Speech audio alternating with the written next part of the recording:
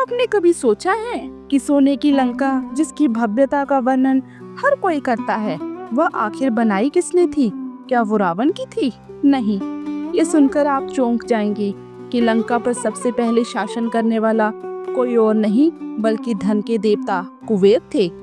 आज की इस रहस्यमय और अद्भुत कथा में हम जानेंगे कुबेर और रावण का संबंध, लंका कैसे रावण के हाथ लगी और क्यों भगवान शिव ने एक चोर को धन का देवता बना दिया। तो चलिए चलते हैं दिव्य लोक कथाओं की ओर।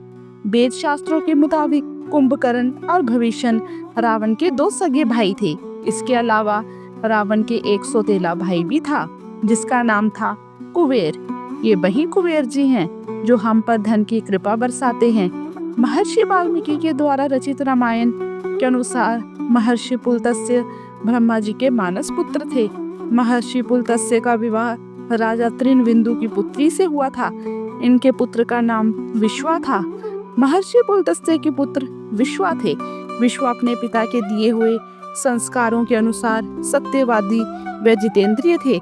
विश्वा के इन गुणों से प्रसन्न होकर महामुनि भारद्वाज ने अपनी कन्या इड़विड़ा का विवाह विश्वा के साथ कर दिया।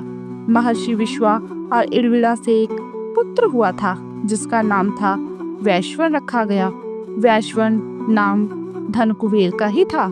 इसके बाद महर्षि विश्वा ने दूसरा विवाह किया। इनकी दूसरी पत्नी का नाम केकसी था।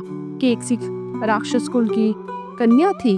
केकसी के गर्भ में 3 पुत्रों का जन्म हुआ जिनका नाम रावण, कुंभकर्ण और भविष्य था। इस तरह से रावण कुबेर का सौतेला भाई हुआ। आइए जानते हैं सोने की लंका के बारे में। रामायण के मुताबिक महर्षि विश्वा ने कुबेर देव को रहने के लिए सोने की लंका प्रदान की थी और धन कुबेर की तपस्या से प्रसन्न होकर ब्रह्मा जी ने उनको उत्तर दिशा का स्वामी और धना अध्यक्ष बना दिया। इसके साथ ही ब्रह्मा जी ने कुबेर देव को मन की गति से चलने वाला पुष्पक विमान भी दिया था। लेकिन रावण की हट और अपने पिता के कहने पर कुबेर जी ने सोने की लंका अपने भाई रावण को दे दी। फिर उन्होंने अपने लिए कैलाश पर्वत पर अलकापुरी बसाई। जब रावण विश्व विजय पर निकला तो उसने अलकापुरी को भी जीत लिया। इस कारण से तो रावण और कुबेर देव के मध्य भयंकर युद्ध भी हुआ था। लेकिन रावण को ब्रह्मा जी का वरदान प्राप्त था जिस वजह से उसने कुबेर को हरा दिया था और बलपूर्वक ब्रह्मा जी द्वारा दिया हुआ पुष्पक विमान भी कुबेर जी से छीन लिया। आइए जानते हैं कुबेर जी का पिछले जन्म के बारे में। धर्मशास्त्रों के अनुसार ऐसा कहा जाता है कि कुबेर देव अपने पिछले जन्म में चोर थे। कहते हैं कि वह अन्य जगहों के साथ साथ देव मंदिरों में भी चोरी किया करते थे। एक बार कुबेर जी चोरी करने के लिए शिव मंदिर में घुस गए। उस समय में मंदिरों में बहुत माल खजाना हुआ करता था। खजाने को ढूंढने के लिए कुबेर ने मंदिर में दीपक जलाया, लेकिन तेज हवा के कारण वह दीपक बुझ गया। यह क्रम कई बार तक चलता रहा और कुबेर जी बार प्रयास करते रहे। इसे देखकर भोले भाले और ओडरदानी भगवान शंकर प्रसन्न हो गए और उस बार हुए क्रम को दीप आराधना समझकर अगले जन्म में कुबेर को धनपति होने का वरदान दे दिया। धन के स्वामी हमारे कुबेर देव जी हैं। कुबेर जी धन के स्वामी और राजाओं के आदिपति हैं। कुबेर जी को देवताओं का धनाध्यक्ष भी माना जाता है, इसलिए इनको राजाधिराज के नाम से भी जाना जाता है। गंधमादन पर्वत पर रखी हुई संपत्ति के चौथे भाग पर इनका नियंत्रण है। उस संपत्ति से सिर्फ 16वां भाग ही मानवों को दिया जाता है। कुबेर देव जी 9 निधियों के अधिपति भी हैं।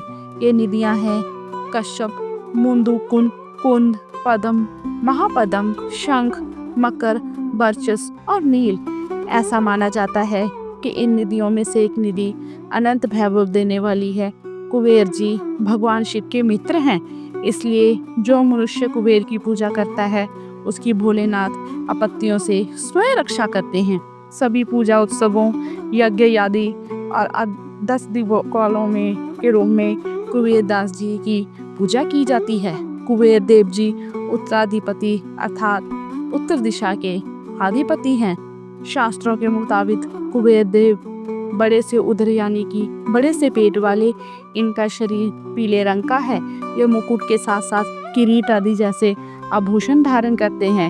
इनके एक हाथ में गदा है और दूसरे हाथ में ये धन देने वाली मुद्रा में रहते हैं।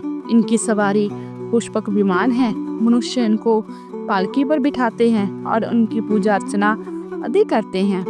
कुबेर को वैश्वन के नाम से तो जाना ही जाता है। इसके साथ इनको एडविड और एकाक्ष पिंगल के नाम से भी जाना जाता है। इनकी माता का नाम इड़विड़ा था, जिस कारण इनको एडविड नाम मिला। बताया जाता है कि इन्होंने माता पार्वती की ओर देख लिया था, जिससे इनकी दाहिनी ओर की आंख पीली बढ़ गई थी।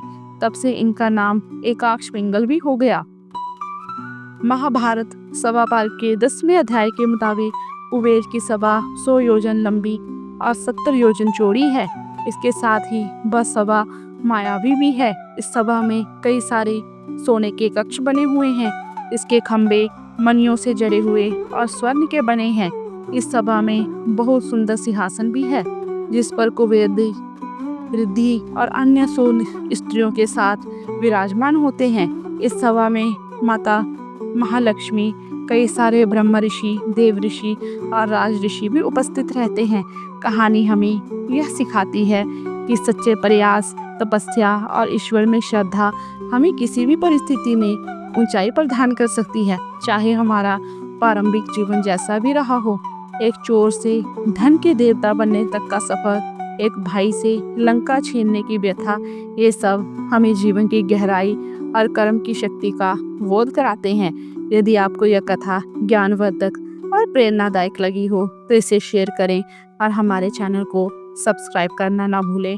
हर सप्ताह ऐसी ही अद्भुत कथाएं और गूढ़ रहस्य लेकर हम आपके साथ फिर मिलेंगे।